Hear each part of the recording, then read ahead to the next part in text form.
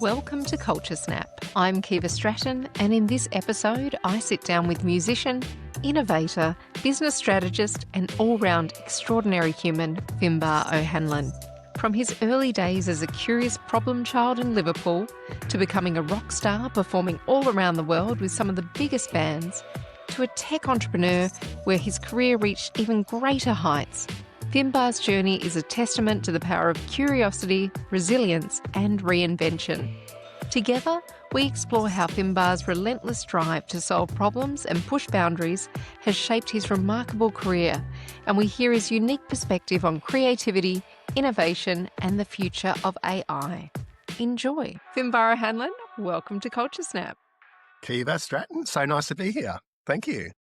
I'm thrilled to dive into what is an incredible and remarkable career, Finbar. And I know that there will be many people listening and viewing who have never been exposed to your work. So I'm very excited to bring what you do to them. But it's many, many facets and many different parts.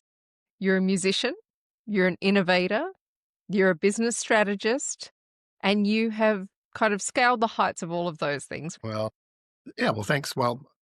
I'm looking forward to the conversation and trying to unpack what is a very complex persona. I don't know that we can do a full unpacking today, but, we'll start. We'll start with the tip good. of the iceberg. Let's go back to young Finbar and where you first began with music. What led you to picking up a guitar, and did you always want to be a rock and roll star? Well, no, not really. It was sort of an accident waiting to happen sort of moment, I guess. So I was this problem child when I was a kid. I didn't fit the norm. I'm sure you can relate to that. I'm sure a lot of your listeners can relate to that. I was born in Liverpool in England, moved out to Australia in the late 70s, early 80s. And at that time, my parents put me in a Christian school because, that's the thing to do, right? It's to bring up some good boys. And I was this really curious kid, and I was always curious, and I always am. I still am today. But I used to ask these questions about religion, like, how did this guy part the sea? And I'd always ask these questions of these things in the Bible. And the brothers used to actually, they would get me and give me the strap, and I'd get in trouble, and I'd be sent out of class all the time. And I was really confused because I was this young, curious kid.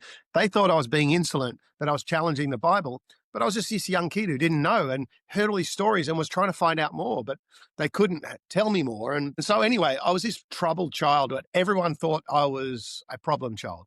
But I was just really a kid who was super curious about everything. My brother went on a camp once, to a school camp, and I was like, Mum, how come I can't go on a camp? And my mum's just like, Finbar, will you just shut up?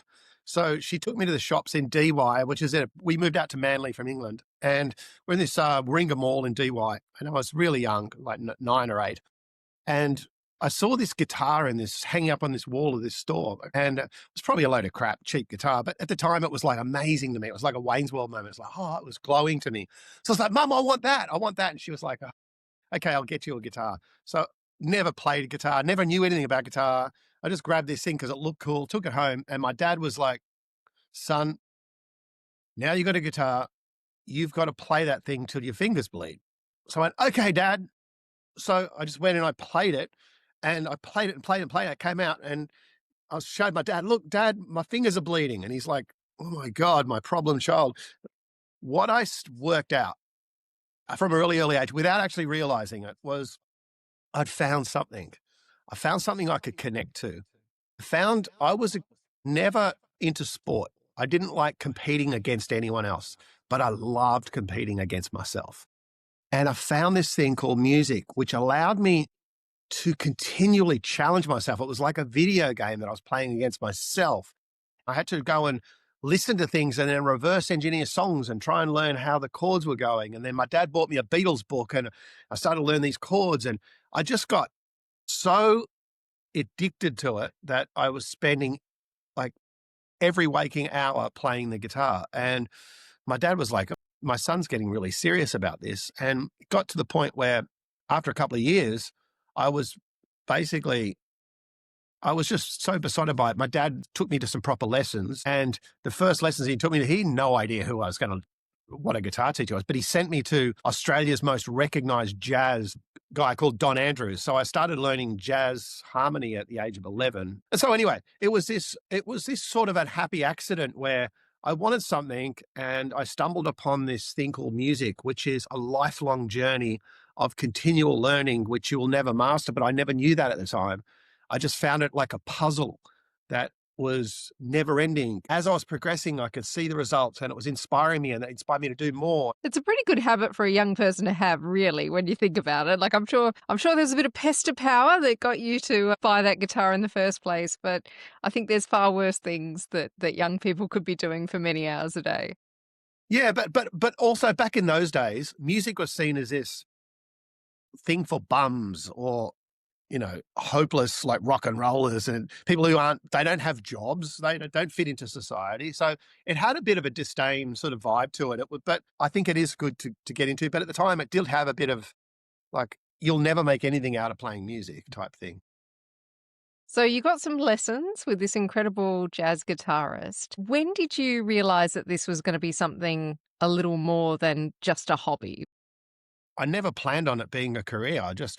It was just something that my whole life was invested in. And then this one amazing thing happened. I was in my own little private band playing around Gosford, and I had quite a good following, and people used to love the band. Were all these kids that were playing that were really, really talented. And I was saved up so much money. I spent a whole year and a half saving money to buy this really good guitar because I always had really cheap guitars and I wanted a really good guitar. And by this stage, I was playing like crazy good. And so I saved up like, I can't remember, it was like $3,000 and back then, and I was going to buy this really expensive guitar, but I decided I was going to go to the big music store in Turramurra and I'm going to try all their guitars and I'm going to walk out with whatever I want. So I went down to this store, so excited, and I got in and I started plugging in guitars and I was playing. And I sort of looked around and all these people were standing around me, watching me play. And I was like, oh, okay. So I just kept playing. And I just had this massive crowd of people watching me play. Anyway, this guy came up to me and he said, look, my name's David Courtney. I'm a producer. He'd done like David Bowie and all sorts of people. And he said, look, would you like to fly to Melbourne to do a session? So I'm like, it was like a dream come true. So I'm like, sure. So anyway, I rang Dad. Dad, can I go to Melbourne? He's like, yeah. So anyway, flew to Melbourne. And then I met Michael Gadinsky through the session. And then Michael put me into this band called Jump Incorporated that had just done a single. It was a top 10 charting band on the top of the pops. And so straight away, I was into the limelight. I was in a top charting band in Australia with records out, touring on all the magazines, doing, Countdown and Hey Hey Saturday and all the shows. You know what I love about this story, Finbar, was that you were just there to buy a guitar. You were literally just doing your thing and testing it out and, wisely considering how to spend your $3,000, which, by the way, in that era would probably be the equivalent of 15,000 today. That's some pretty serious coin. So I can appreciate that you took some time to kind of think it through. And then all of a sudden you have this incredible, moment where you connected to the right person and the career sets off. Tell me, how far did that career go? Where did it take you? What were some of the highlights? Oh, look, the highlights were just incredible. I'm meeting all the people I see on TV. We did Countdown with Noiseworks on their very first show. So us and Noiseworks were like headlining and, hanging backstage, all these artists. And Susie Quattro hosted that show, and then we did another show with Jason Donovan, who was big at the time, and all these big people that are on TV. And I'm like, I've just left school and my careers teacher told me that I was going to amount to nothing after a big fight I had with her about me telling I was going to be a rock star. And next minute I'm a rock star. So it was really interesting, You can confess to me, did you just do it to get back at your teacher? I didn't. It felt very good. It was a really, and it's funny, some of the friends that I've got that I've met all across the world. One of my friends was on a major US TV show. He did the same thing. He had a careers teacher that told him he was going to be no good. And then within a couple of months, he had a big TV show blow up. And it's really interesting. It's not that I'm ever about revenge, but it did feel good to know that people are telling me that I can't achieve something and I have. And I think that's such an important thing because I think when you're young and these adults are kind of limiting you in a way or trying to be realistic, I guess, from their perspective, well-intentioned, I'm sure, but those words matter and they can really stop people from pursuing things that they're very good at. So I love that. I love that you turned it around. No, they certainly don't. And someone like me who didn't fit a normal job, I was the worst enemy to a careers teacher. So your star in the musical world is rising, and I can only imagine the kinds of things that you're being exposed to. You've always been someone that somehow stayed away from that. What do you think it was that helped you kind of navigate that world and maintain your own sense of values and ethics and what you wanted to be? Well, it's a great question. But my father was such an incredible role model for me. He was he made me work for every cent that I had, but he wasn't tough. He was a tough man. Came from the Liverpool docks, but he was such a teddy bear. But he gave me this incredible mentorship when I was young, and he let me believe that no matter what I wanted to be, I can achieve it, and he'll be there to support me for as long as he's on this planet. And he he allowed me to believe that me being weird was okay, because everyone around me was telling me that there was something wrong with me. And my dad was telling me, there's nothing wrong with you. You're just different. And find out what it is that you're really good at. You'll be very good at whatever you put your mind to, which was always, I'll be thankful for the rest of my days to that mentorship and guidance. And that's part of it. And secondly, music to me, as I mentioned, was this incredible challenge on myself. And I fell into, at the time, rock stardom. But whilst a lot of people were partying and having a great time, I would often go back to my room and practice guitar. And a lot of people thought I was a bit strange. But for me, I was just, I was loving the moment, but I just wanted to be the very best that I could. And for me, my passion was intertwined with my ability to connect with my instrument, not how much I could party, even though I like partying like other people, but that didn't rule my life. That wasn't what I was there for. I wasn't there for fame. I wasn't there for all the trappings of that success. The success was a byproduct of the work I'd put in, and I wanted to keep that work up. I imagine, Finbar, you would have been surrounded by some pretty inspiring creatives, not just musicians, but the nature of that industry is that you can be exposed to all different types, photographers, filmmakers. Who stood out for you as inspirations kind of earlier in your career that you got exposed to? There was obviously people when I was younger that I just was totally besotted by and aspired to be, which is like Eddie Van Halen. And, I was one of these kids that at 15, when he just came out, within, the first month of hearing me, I was playing a lot of his songs and it was blowing people's minds. Just pure, not because I was extra talented. It's just that I just had to work this out. It was like a challenge that I couldn't put down until I got it right.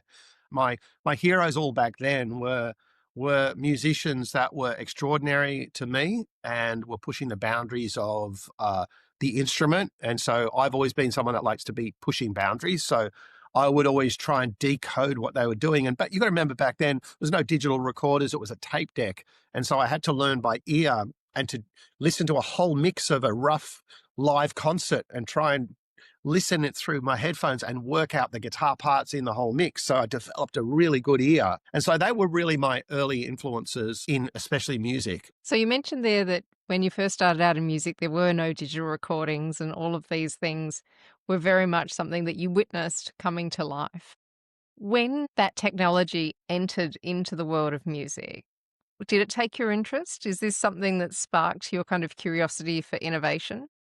Yeah, so before I was ever in the innovation space, I was always at the cut, like the very razor sharp at the edge of the cutting edge. So I'd always be interested in what is the latest. And I would be the guy reading every single technical manual, knowing the operating specs, signal to noise ratio, everything about everything of all this stuff that was coming out. And I got to be a subject matter expert before, I think, on certain digital recording technology before they even hit the country. I was so up with all that. I got so my passion shifted from practicing 8 hours, 10 hours a day on guitar to doing probably 3 or 4 hours a day on guitar, and the rest of my time focused on, all these new technologies. So it was sort of all this new stuff. I was really, really interested in it. And that's really how, funnily enough, it was how I transitioned from just being a guitar player into starting into my own business career. Did you ever think of music production? not only into the production, I got into the psychoacoustics of it, which is the mathematics and the science behind how the human body resonates with sound frequencies. So I got into all the technical math algebra of it, all right through the production techniques to mixing engineering, all the technology. So yeah. And so what actually happened for me was I'm playing guitar. I'm playing these clinics all around Australia.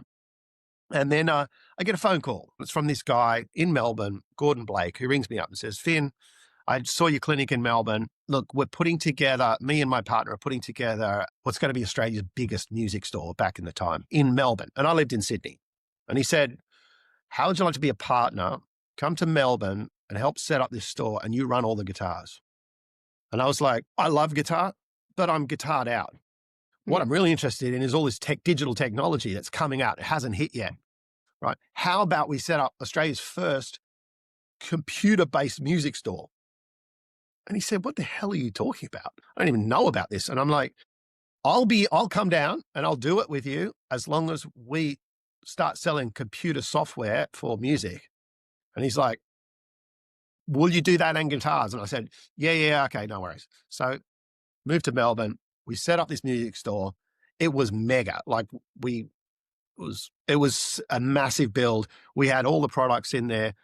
And then I went and pitched to Apple Australia. And anyway, they ended up we had to buy a lot. We had to spend a load of money up front.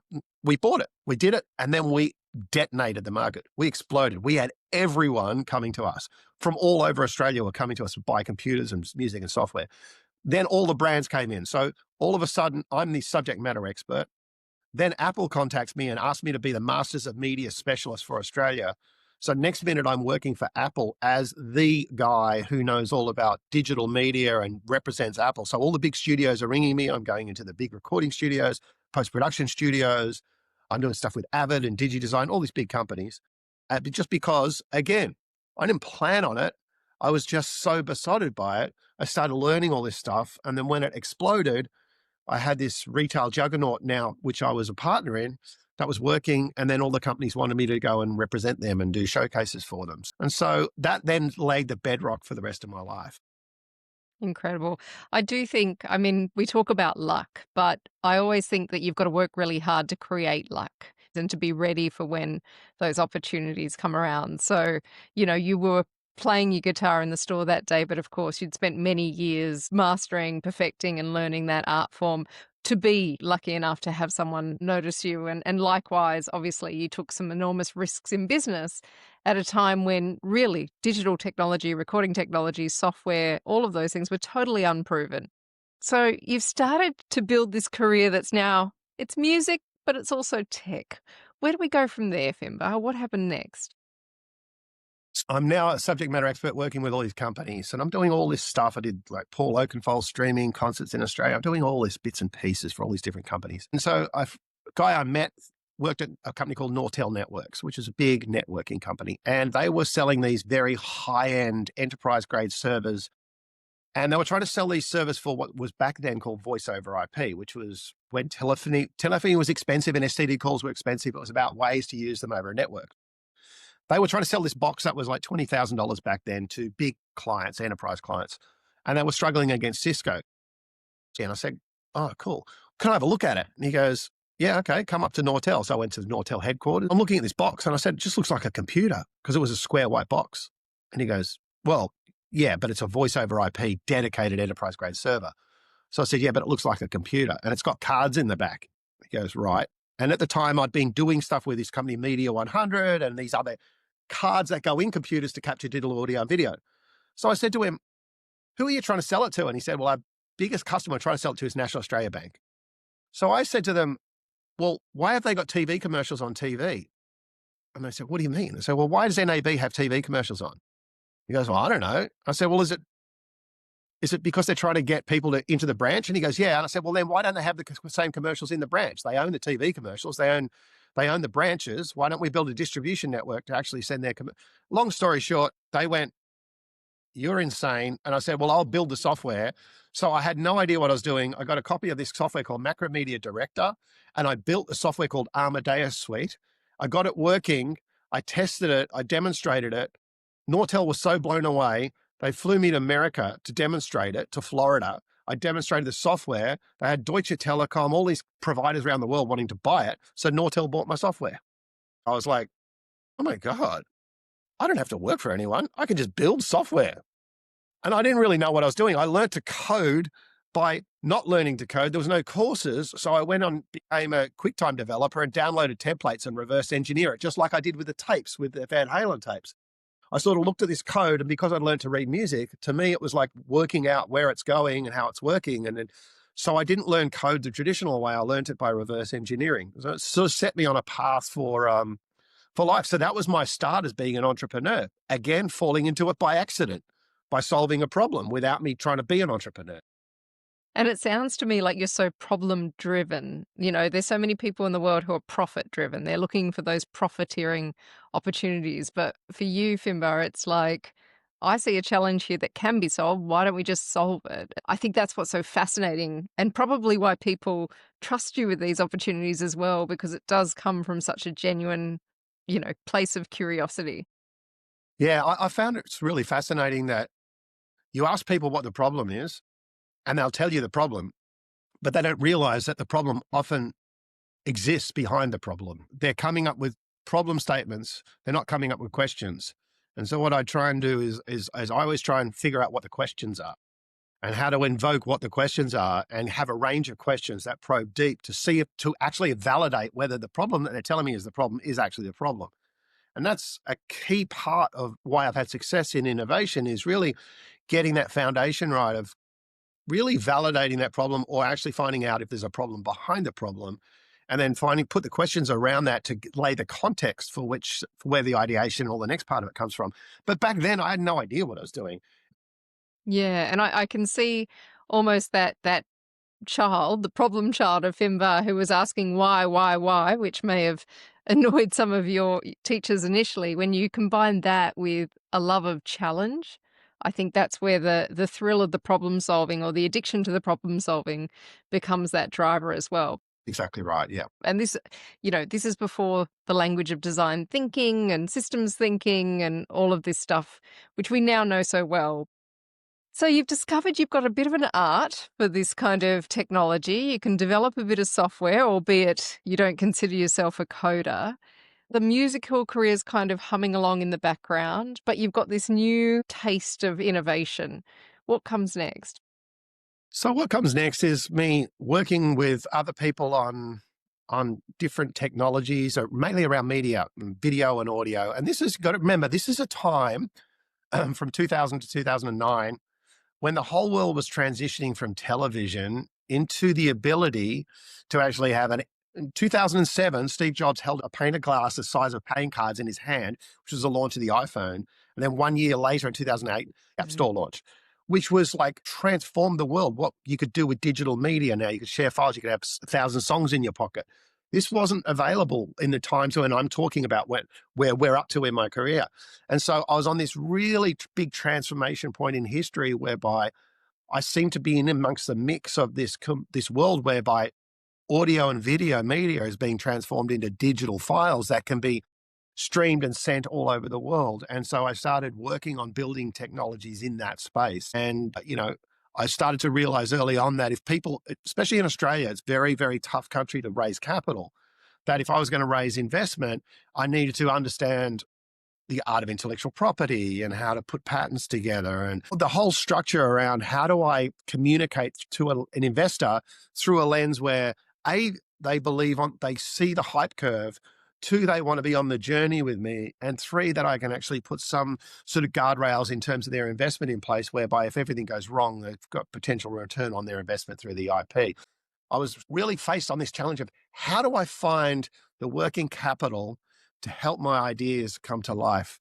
And what is the process that I need to go through? And I was really quite successful. I managed to raise my first $2 million in a couple of days in Singapore on a technology that didn't exist, on a PowerPoint deck with a made-up video file that someone made for me and a website that just had login and nothing else behind it. And so I learned the art of storytelling really well. It really helped me craft that art form. And funnily enough, it's an art form that I don't know of it being taught in any entrepreneur bootcamp, startup accelerator Yet for me, it was one of the most important skills to allow investors to come on your journey, to help them see your North Star, and to help staff align onto your vision.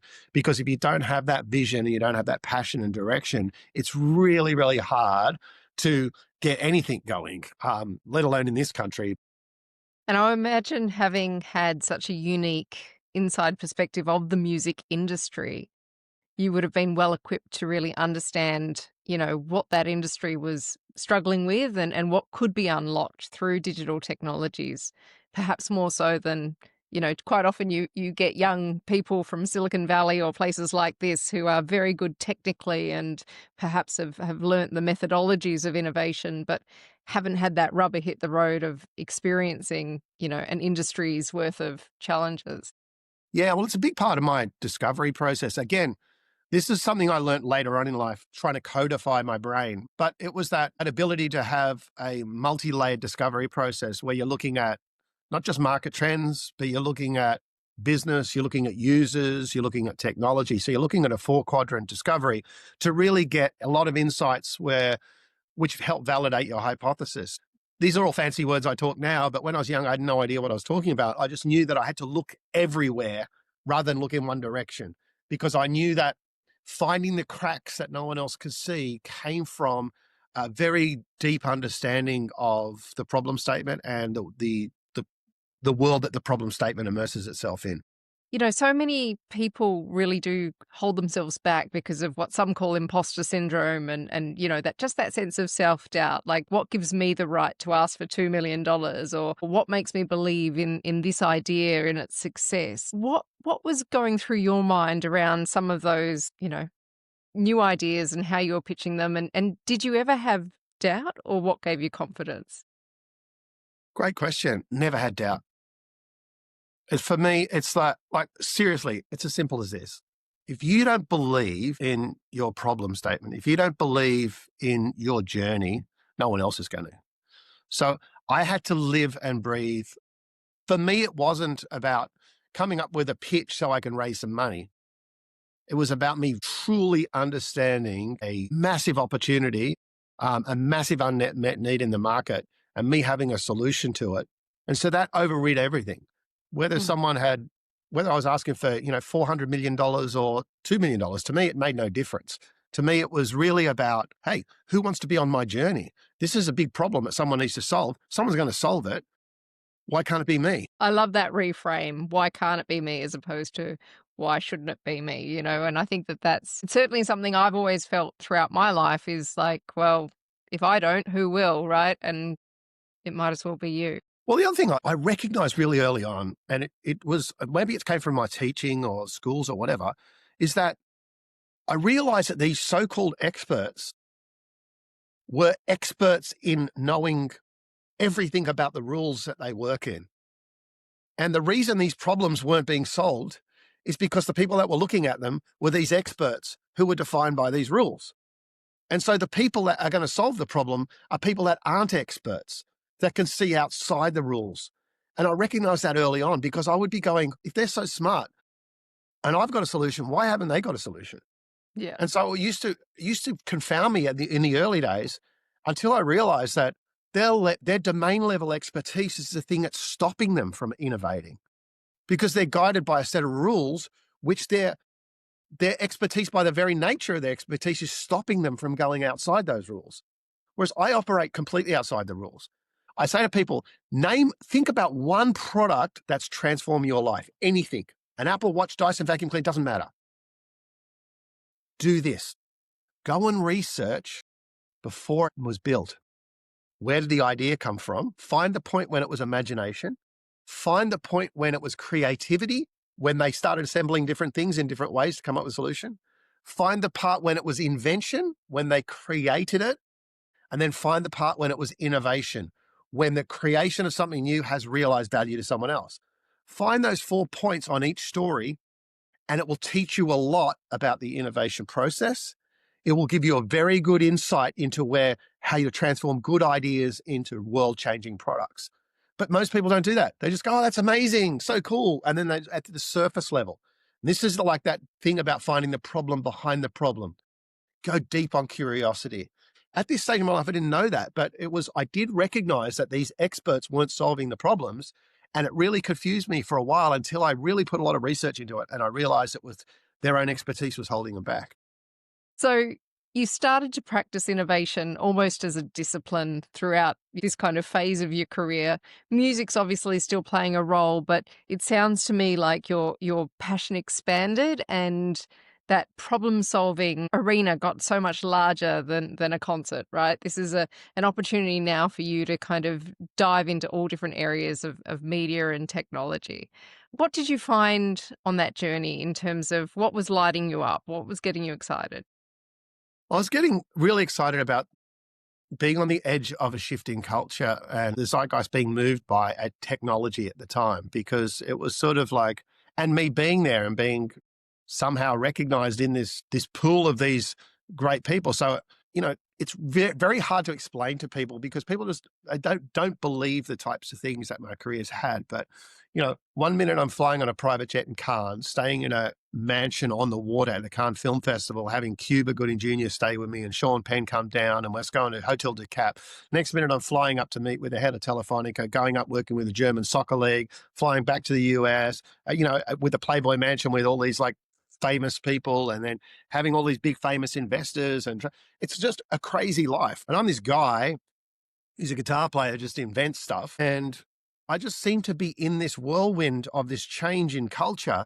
And just because I happen to be inventing and building technology in this space, all this investment money's coming in and companies are building and structures are building. And it's becoming like a little bit too overwhelming for me. Like I loved all that stuff, but once you start then putting offices in different countries and you've got tax status and you've got employees, I'd started off as this founder that ended up with, business that's got like all this complexity and skills that I just didn't have to be running a company like this. And I found myself being elevated into a place where I just didn't want to be. And one of my mentors, great mentor, world-renowned talent, super, super smart person, he sat me down and he said, right, he goes, put all your things you like doing and the things you don't like doing on a list. And I just did that. And he goes, right. He goes, what you need to do is you need to find a CEO. You need to find people to take all this load off your shoulders, and you just need to be a founder.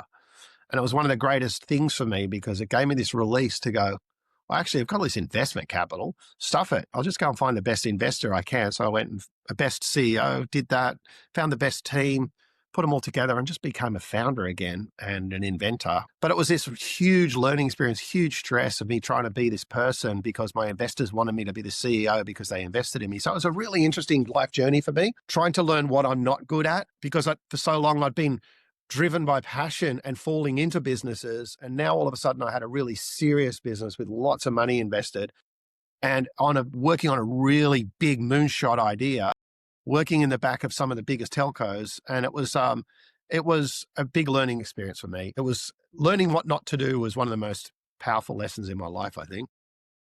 It's so important, isn't it, to know what your definition of success is. I think this is something that, particularly mid-career people, when those opportunities start to increase and you might find yourself in a much more senior position or managing a lot of people just because you've succeeded, right, based on your past success. I think this is something that's such a great lesson that it's okay to define your version of success and know where your limit is.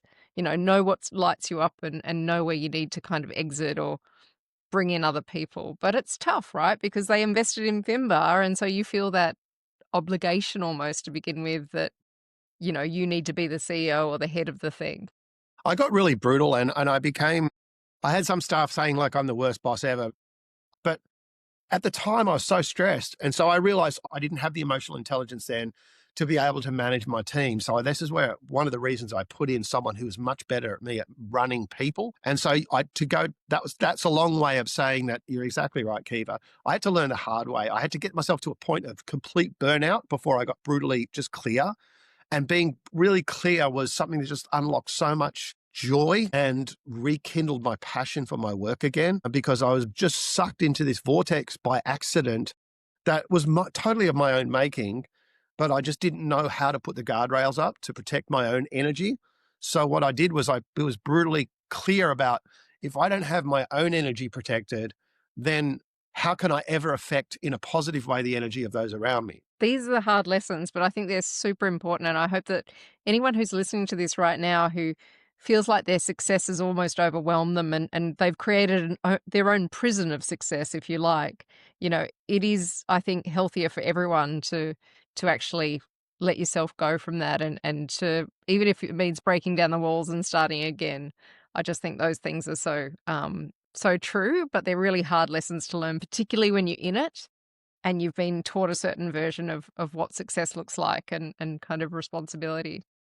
It's a nice segue there, Finbar, because since I've known you, you're someone who is a really deep thinker, not just in terms of the problems you're solving or looking at the zeitgeist or really, the stuff of industry. But for me, you're someone who also spends a lot of time inwards. Tell me a little bit about that journey for yourself and, where it's taken you. Yeah, there's been, like everyone that's probably listening to this, there's points in your life that define you. And one of those points for me was I was in Paris and I was doing some streaming for the Buddhist channel, and I met this Rinpoche who was a Tibetan Buddhist master. And it was in the middle of the day and I had to meet him at this club. And his minders came up to me and said he wanted me to give me a gong session. I was like, I don't need a gong session. I'm fine. Thanks so much. Anyway, ended up doing this thing, and he was basically told me my purpose of my life and what I need to be focusing on and what I don't need to be focusing on. And it was just in one of those moments where it just had so much clarity for me. So I was so burnt out. I was so tired. And this person told me, they said, this is who you're supposed to be and this is who you are right now. And it was like, it just hit me like a hammer. And I was so caught up in my ego and my brand and what I'd done. And I was living very grandiose. And I remember leaving that place in Orteliers in Paris, and I started walking back to Champs-Elysees where I was staying, and it was raining, and it was like nighttime was coming. There was a warm rain, and I just walked the whole way back. And it felt like my whole thing had cleansed, and it felt like I had a deeper connection to, it sounds so weird, but I had this deeper connection to something greater than me. And it gave me a new purpose, which was this mind that was always so crazy and fluttering around and going crazy all the time. And I had this sort of like central foundation of like a spine or some sort of skeleton or some sort of structure that I could connect to, which was peaceful. It all sounds weird what I'm talking about, but at the end of the day, I started then reflecting inwards and started trying to codify my life and started trying to figure out, I got to that moment in your life where I went, what is this all about? Who am I? And what's my purpose here beyond work? And how do I use what I've got in a way that can make me happy, but also reflect outward? And, I had this belief system that came from that, which is if I can make everyone that I connect with leave with more than I take, then I'm going to be in a much better place, myself personally and for the world. And so I started working by this mantra of how do I have a point in the day where I reflect? And then how do I have a point in my day where I respond? And in the mornings, I wake up at 4 a.m. I do my internal meditation, whatever work I do on myself. And then I reflect, and this is my reflection time.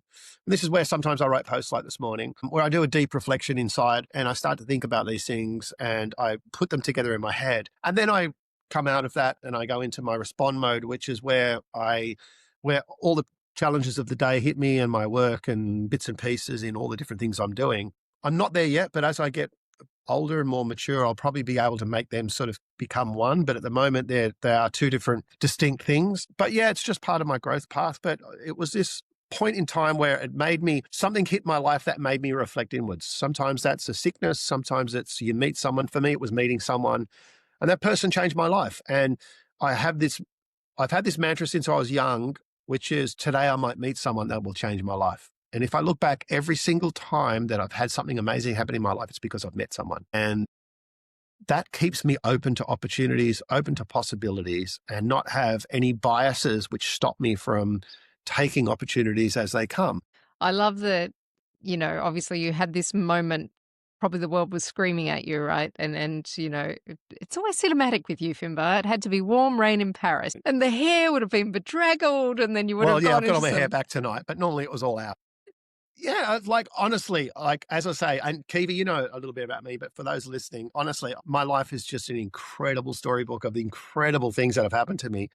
And I don't know why. I'm not special. I'm not anything. I'm just this curious kid who is still a curious kid. I'm 58. I'm still a curious kid.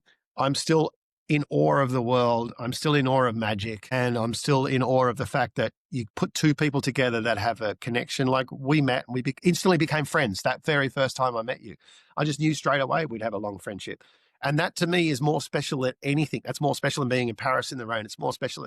And that's what I live for, is this, who knows what's possible when you put two people together that just have this, and especially when they're different people, not the same tribe. I work with some amazing people. I've just written another series of white papers coming out with Dr. Marcus Bowles, one of Australia's leading academics in working futures. He is so different to me. Like, he is an academic. He's a bit like your husband. This guy is, but we're so aligned in human capabilities and skills of the future and all that sort of stuff that we're working together as this odd couple. But it's beautiful.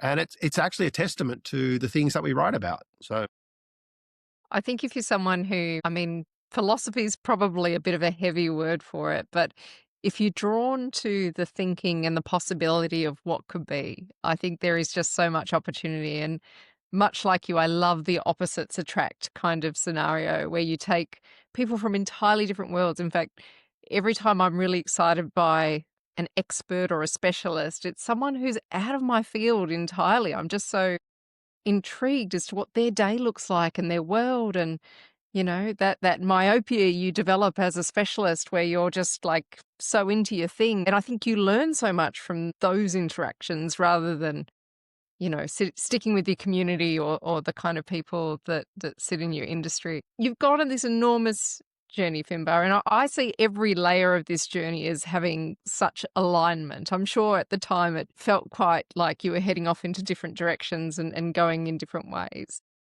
You've become kind of known in Australia as a bit of a tech and innovation rock star. There seems to be a lot of fear around AI and a lot of concern. What's your view on how AI might shift our society, and what's the up and the down of that? Well, I have a completely different take on it. And when I say completely different, it might be completely different, but it's completely different to the narratives that I'm seeing played out. And I luckily get to speak on stage with a lot of the big tech companies about this. And so I just want to maybe portray a different angle, if I can, if I may. And I might start with understanding what creativity is before I explain AI.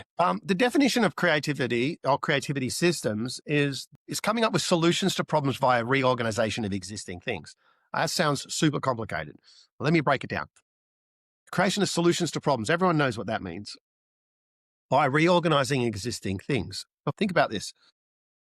Most people think creativity is about painting or music or art, the arts, but it's much more than that. If you take that definition that I've just said, if you think about painters, what is a painter? Painting is an art form and it's creative. Okay, let's break that down. A painter has brushes, a canvas, and paints. These are existing things. So the way they mix them together in different ways creates a solution to a problem. And that solution to a problem might be the artist wants to be known for his art. He wants to sell his art. He wants to be in a gallery, whatever that problem. But it's the combination of the mixture of existing things creates the output. If you're a musician and you play notes on a guitar, you play with another bass player or a drummer or keyboard. It's the combination of those notes and the way they go in what sequence and what orders is the art of creativity, the mixing existing things, the notes, the blah, blah, blah. But it happens in business. It happens in life. You can be creative in the way you educate your kids. You can be creative in the way you run your business. It's by getting things and putting them together in new ways to create a new outcome, a solution to a problem. Okay, so now I've defined that. What's that got to do with AI? What if AI is one of the brushes? What if in a world where we're augmented humans, we could use AI using creativity systems and different thinking methodologies to be able to have an adaptive mindset where AI empowers a new future whereby we as humans can focus on being more human, create deeper connections, create deeper engagement, create much more memorable moments. And so we've been educated into a world that no longer exists. And so what I say is that to work in a world that currently exists, we need to upgrade our human operating system. Every single person listening to this call is running a human operating system. From birth, we're given the DNA and the constructs in our operating system to know how to survive, how to breathe, how to live. We've got blood circulating around our body every 2 minutes. We've got a heartbeat going. We're taking in oxygen. Who taught you that? No one. It's inbuilt into your natural state. But our brain has two core components, our conscious and our subconscious, and they're a part of our operating system. The conscious is like our user interface. It allows us to interact with the world. We make conscious decisions about how we buy things, how we do things. It's like pressing buttons on a user interface. Our subconscious, not only does it run our bodily functions and our ability to survive, but it also stores our autonomous behaviors. These are the programs over life that we've trained it on. And so they become autonomous behaviors. When you put your foot on the brake pedal, you don't think about it. When you steer the car, you don't think about it. You just do it. And so if you believe that, if you know that you put on the foot, you don't actually think about it when you put your foot on the brake. If you know that there are autonomous systems running that you've been trained on, because you don't naturally know there's a brake pedal. You get taught that. And so we choose over our life, what are those things that we want to hold on to, which become autonomous? And why do I say that? Human operating system to thrive in a world of the future, the first thing we need to do is not just learn new stuff. We need to figure out what are the autonomous behaviors that are not serving us in a world that's rapidly adapting. We're adapting faster than any time in history. The curve is like off the charts in terms of how much we're growing. And if we have a fixed mindset, the gap between the world and our mindset is getting greater and greater, and the value that we have is getting less and less in this world. What does that then entail? It entails fear, disconnect, stress. So the first way to deal with that is to start to build an adaptive mindset. And the way to build an adaptive mindset is to start to identify, like a 12-step program, what are the autonomous behaviors that are not serving me? What's holding me back? And there are tricks you can use to do that. If someone says something to you and it makes your emotions rise, bang, there is a bias right there that's ready to act on your behalf to protect a belief system. What is a belief system? Why do you have it? What are you trying to protect? You might be trying to protect years of knowledge because you don't want it to be proven wrong. At one time in history, the earth was believed to be flat and all science was proven to prove the earth was flat until it wasn't. And then it required a shift in our mental model, our ability to adapt to this new evidence, not fight it. And so for me, it's really about where AI is going, is it's transforming the world. Now, what do we need to pay attention to? ChatGPT is the great illusionist. It's amazing. It blows everyone's minds. It is never always right, but it is always convincing. That's true. So start to understand where it plays very strongly. And so if I'm a musician and I play notes, and put them all together and orchestrate them, sounds great. AI can do that. If I write a Word doc or a PDF or research, AI can do that. If I want to create a video, AI can do that. But it does it at the surface level. Now, it makes it look great, makes it just look like a human's created it, but there's a lot missing. In music, the notes, the way they're organized, is the melody. Putting them together creates a song. But in music, there's much more than the note. There's the dynamics, there's the timing between the notes, there's the emotional connection that it drives. And so there's a lot of context around the notes, around the words that give human connection. I'll give you an example. If I said to you, Keeva, how are you going? And you go, really good. And then there's a 500-foot wall of flame behind you coming to you at 50 miles an hour, I would react differently than if I said, how are you going? And you're sitting at a cocktail party on the beach in, Cabo San Lucas. Because the context helps me reframe the understanding of the response.